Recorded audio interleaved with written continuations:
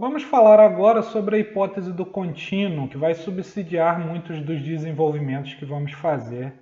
a partir de agora. Mais especificamente, vamos tentar responder a pergunta sobre como podemos falar sobre a propriedade em um ponto. Talvez a propriedade mais fácil de se visualizar como isso acontece seja a massa específica, que aqui utilizaremos para a massa específica a notação ρ, a letra grega ρ, e para todos os efeitos, nesse curso será definida como a razão entre a massa contida em uma determinada região do espaço e o volume dessa região do espaço. Vamos então usar essa definição nesse conjunto de moléculas de um fluido mostrado na tela. Vamos começar com uma região do espaço delimitada por esse pontilhado vermelho, que engloba apenas uma dessas moléculas de fluido. Para essa região do espaço, a nossa massa específica será dada como a razão entre a massa dessa molécula, que é englobada, e o volume daquela região em pontilhado vermelho. Consideremos agora um segundo volume um pouco maior, delimitado em azul, tal qual mostra na tela a região em pontilhado azul. Para essa região, ela foi aumentada, mas ainda assim nenhuma nova molécula foi englobada por ela. Portanto, a massa contida dentro da região permanece a mesma que era antes, quando estávamos considerando a região vermelha. No entanto, o volume aumentou. O volume é maior, o que implica que essa razão necessariamente diminui e, portanto, que a massa específica associada à região azul é menor do que a massa específica associada à região vermelha. Consideremos agora um volume ainda um pouco maior do que o volume azul, um volume ainda maior, mas pouca coisa maior. Só que esse volume verde, esse volume em pontilhado verde, passa a englobar 7 novas moléculas. Portanto, a massa contida dentro da região verde em relação à massa contida dentro da região azul aumenta abruptamente. No entanto, pode ser que o volume aumenta também, é claro, mas não aumente na mesma proporção e que o resultado líquido seja que a massa específica acabe aumentando. Esse processo de um tanto errático em relação à massa específica, de um valor um tanto errático e pouco definido para a massa específica, continua à medida que vamos aumentando o volume dessa região. No entanto, chega um ponto em que você tem uma região englobando tantas partículas, tantas moléculas de fluido, que adições pontuais de novas moléculas acabam fazendo pouca diferença para a massa específica, para essa razão entre a massa e o volume. Portanto, você passa a ter um valor para a massa específica estatisticamente relevante.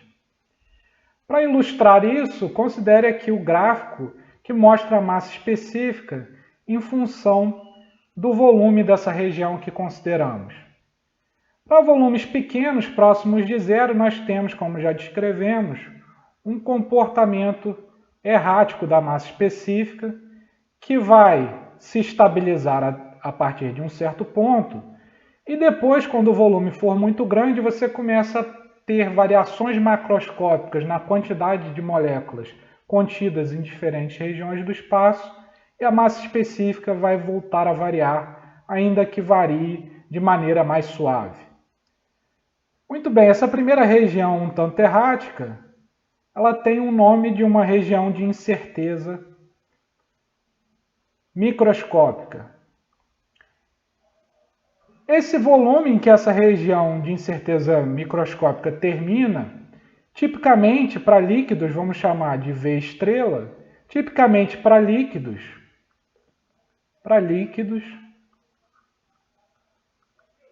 esse volume é da ordem de 10 a menos 9 milímetros cúbicos.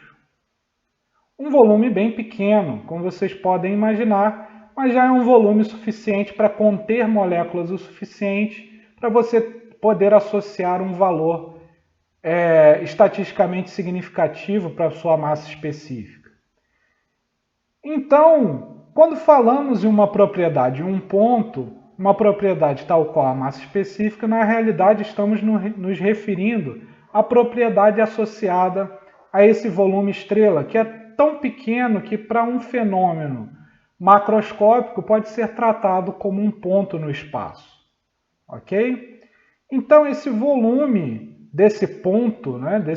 que nos referimos na pergunta que começamos, nada mais é do que um volume tão pequeno que, para todos os efeitos, em processos macroscópicos,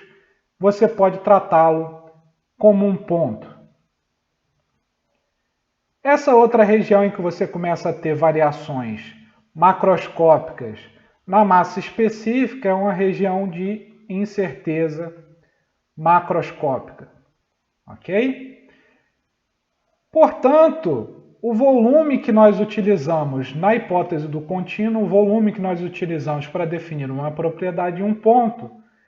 é o V estrela, que é definido como o menor volume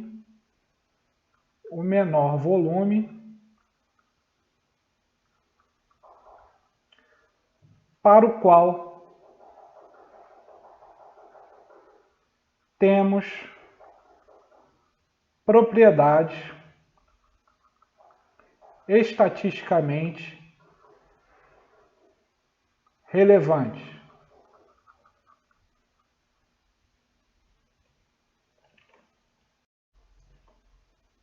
Princípios de conservação, como os que vamos utilizar nas análises de transferência de calor por convecção, são originalmente formulados para sistemas fechados. A razão por trás disso é que é muito mais fácil você estabelecer esses princípios de conservação, e até aqueles que não são princípios de conservação, como por exemplo a segunda lei da termodinâmica, é muito mais fácil você estabelecer esses princípios para quantidades fixas de matéria. No entanto, na aplicação prática desses princípios, é muito frequente que não seja conveniente analisar o que acontece, monitorar o que acontece com uma quantidade fixa de matéria, e sim monitorar o que acontece em uma determinada região do espaço, não importando que quantidade, que pedaço de matéria está ocupando essa região do espaço num instante qualquer. Portanto, é importante ter uma ferramenta para traduzir os princípios de conservação e os de não conservação também, os princípios em geral, da formulação para sistemas fechados, da formulação para quantidades fixas de matéria, para formulações que permitem sistemas abertos, ou seja, sistemas que permitem o fluxo de matéria através de suas fronteiras. Essa ferramenta é justamente o teorema do transporte de Reynolds que vamos ver agora. Antes de mais nada, vamos estabelecer uma propriedade genérica, uma propriedade extensiva genérica, psi maiúsculo, que tem uma propriedade intensiva associada, ou seja, uma propriedade que é esse psi maiúsculo dividido pela massa, uma propriedade psi maiúsculo por unidade de massa,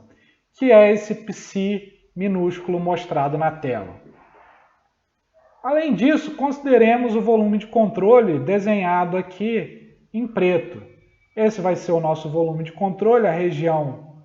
do espaço que queremos monitorar ao longo do tempo, e que no instante t igual a t0 coincide com a quantidade fixa de matéria que também estamos monitorando. Ok? Portanto, no instante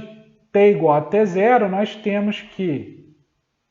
essa propriedade extensiva psi no volume de controle para o instante t0 tem que ser igual, já que os dois são coincidentes, a essa mesma propriedade extensiva na quantidade fixa de matéria que estamos monitorando. Após a passagem de um tempo ΔT, aquela quantidade fixa de matéria vai se mover em relação ao volume de controle e uma parte dela vai acabar saindo do volume de controle, tal qual indicado na figura agora. Enquanto isso, outra quantidade de matéria vai entrar dentro do volume de controle.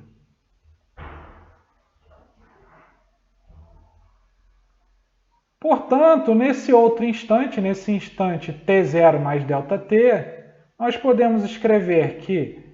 a propriedade extensiva no volume de controle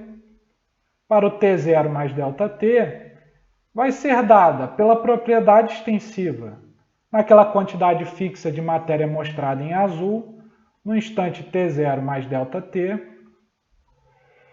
No entanto, agora nós precisamos compensar a quantidade de matéria, nós precisamos levar em consideração a quantidade de matéria que saiu e que entrou do volume de controle. Portanto, o que saiu nós vamos expressar como uma taxa temporal de saída dessa propriedade extensiva, que nós vamos ter esse psi ponto, multiplicado pelo tempo decorrido,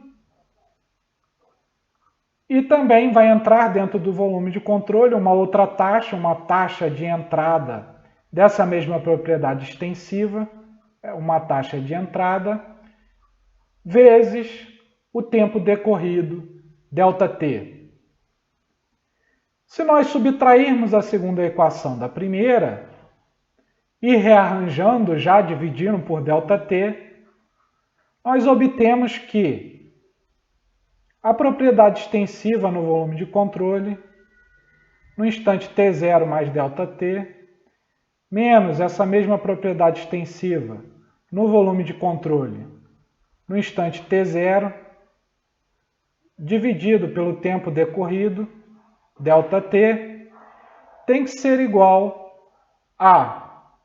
o análogo em relação àquela quantidade fixa de matéria que nós indicamos em azul na figura,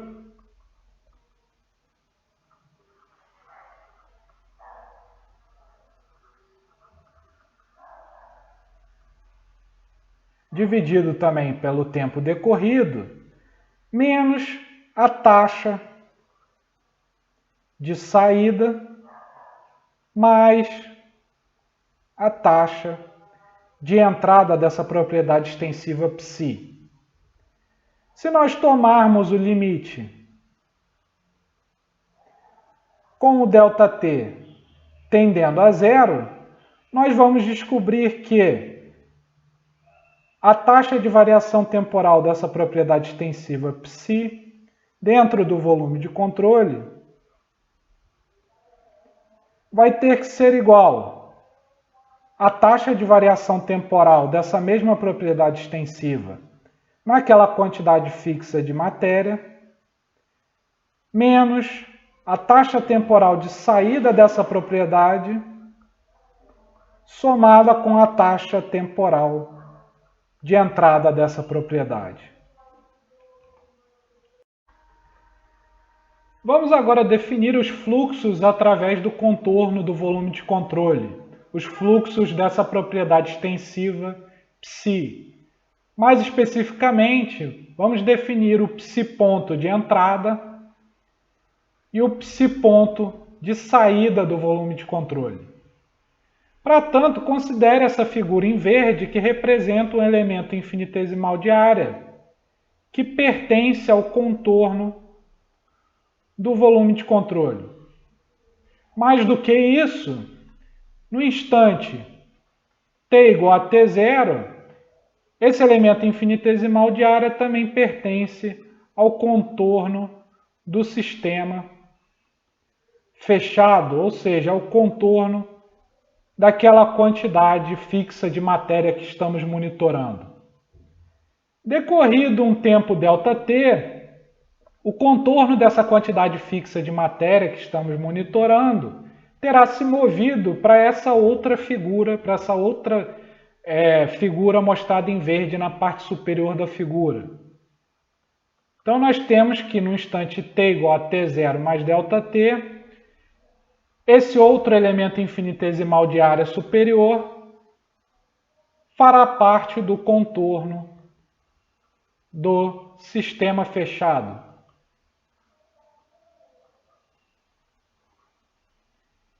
Perceba que ao conectar esses dois elementos infinitesimais de área, se forma uma figura prismática com uma inclinação dada justamente pela direção do vetor velocidade do fluido no contorno do volume de controle. Ok? Além disso, a altura desse prisma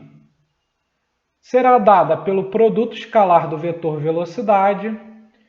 pelo vetor normal, aquele elemento de área do contorno do volume de controle, multiplicado pelo tempo decorrido.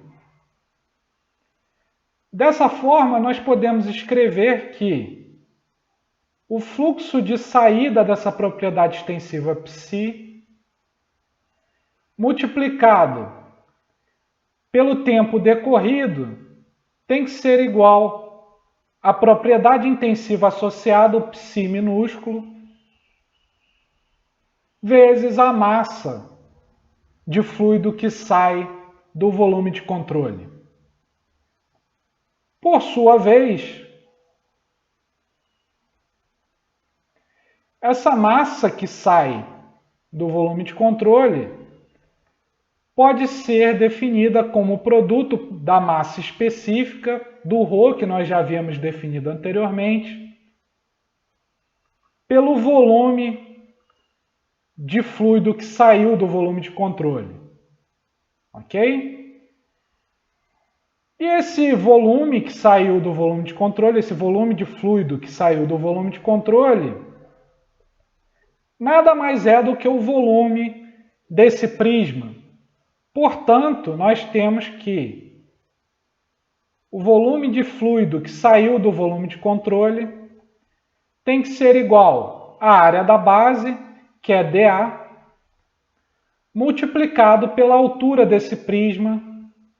que é aquela expressão que havíamos obtido anteriormente, o V escalar n, vezes o ΔT.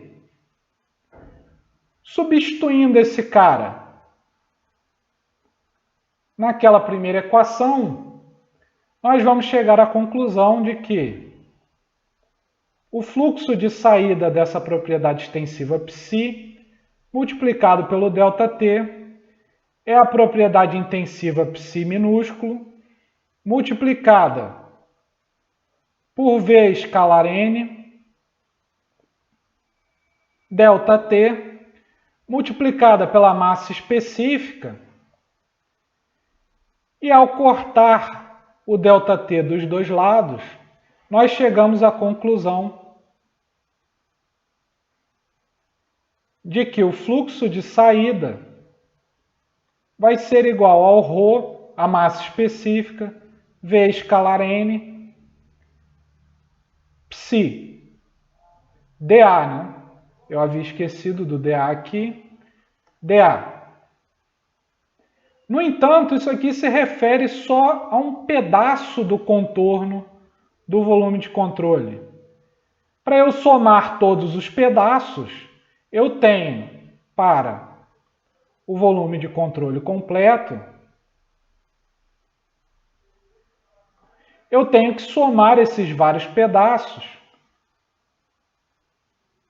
e, portanto, eu chego à conclusão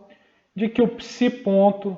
de saída, somando ao longo do contorno do volume de controle,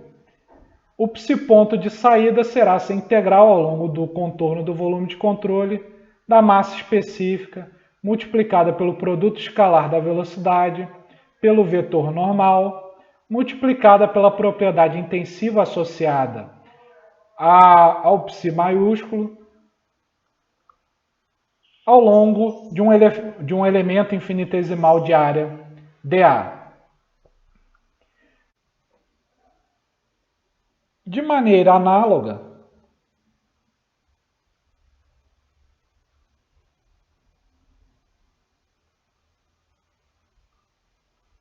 considerando que aquele vetor normal ao volume de controle aponta sempre de dentro para fora do volume de controle,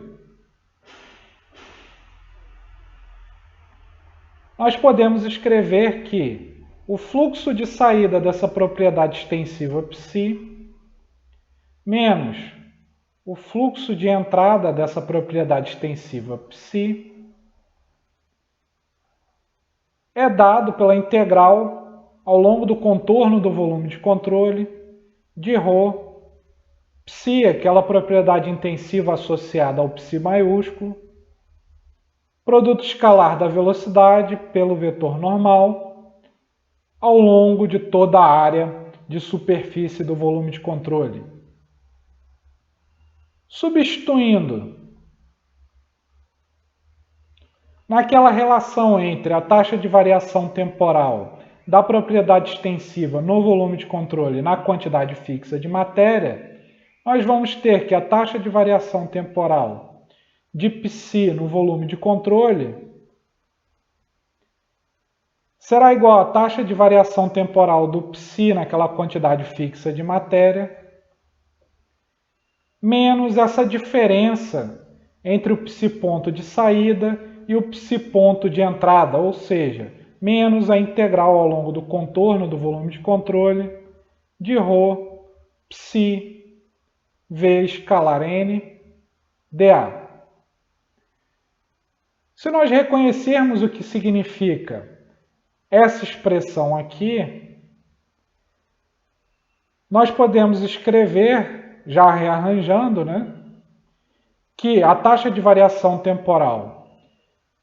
da propriedade extensiva psi dentro do volume de controle pode ser escrita como a taxa de variação temporal da integral ao longo do volume de controle de ρ vezes a propriedade intensiva associada a psi minúsculo vezes um elemento infinitesimal de volume, ou seja, aquela propriedade intensiva psi minúsculo multiplicada pela massa infinitesimal de um pedaço do volume de controle, de um pedaço infinitesimal do volume de controle, somado à integral ao longo do contorno do volume de controle de ρ psi v escalar n dA tem que ser igual à taxa de variação temporal de psi naquela quantidade fixa de matéria. Usando o teorema da divergência nessa segunda integral, usando o teorema da divergência nessa segunda integral, nós obtemos que a derivada temporal da integral ao longo do volume de controle de ρ psi minúsculo ao longo do volume,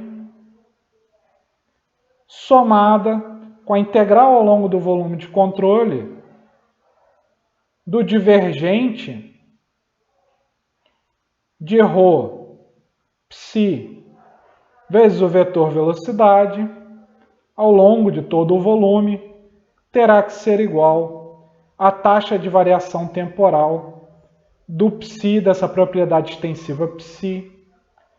na quantidade fixa de matéria.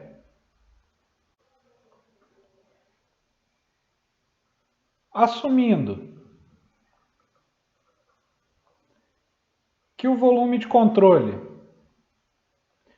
não varia no tempo,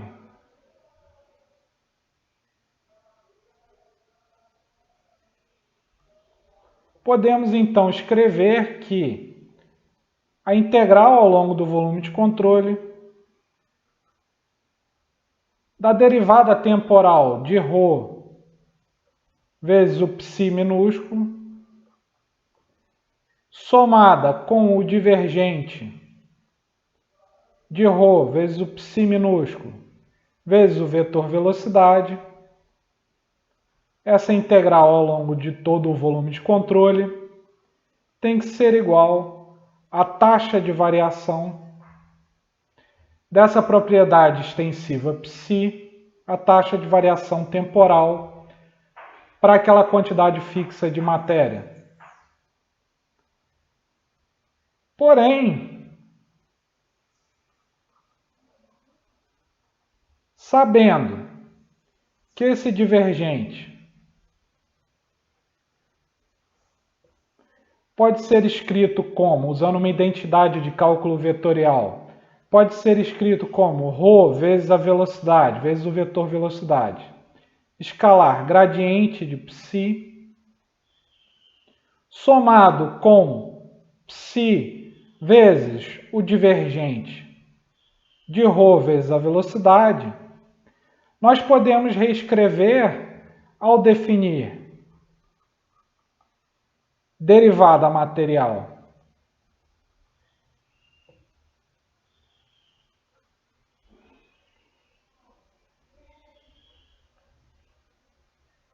de psi minúsculo como sendo a derivada parcial desse psi minúsculo ao longo do tempo, somado com o vetor velocidade escalar gradiente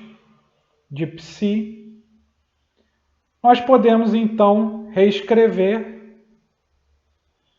aquela expressão como a taxa de variação temporal dessa propriedade extensiva psi para aquela quantidade fixa de matéria como sendo integral ao longo do volume de controle de ρ vezes a derivada material do psi minúsculo somada ao psi minúsculo multiplicado pela derivada parcial da massa específica ao longo do tempo, somado com o divergente de ρ vezes a velocidade. E essa é a expressão para o teorema do transporte de Reynolds que usaremos a partir de agora.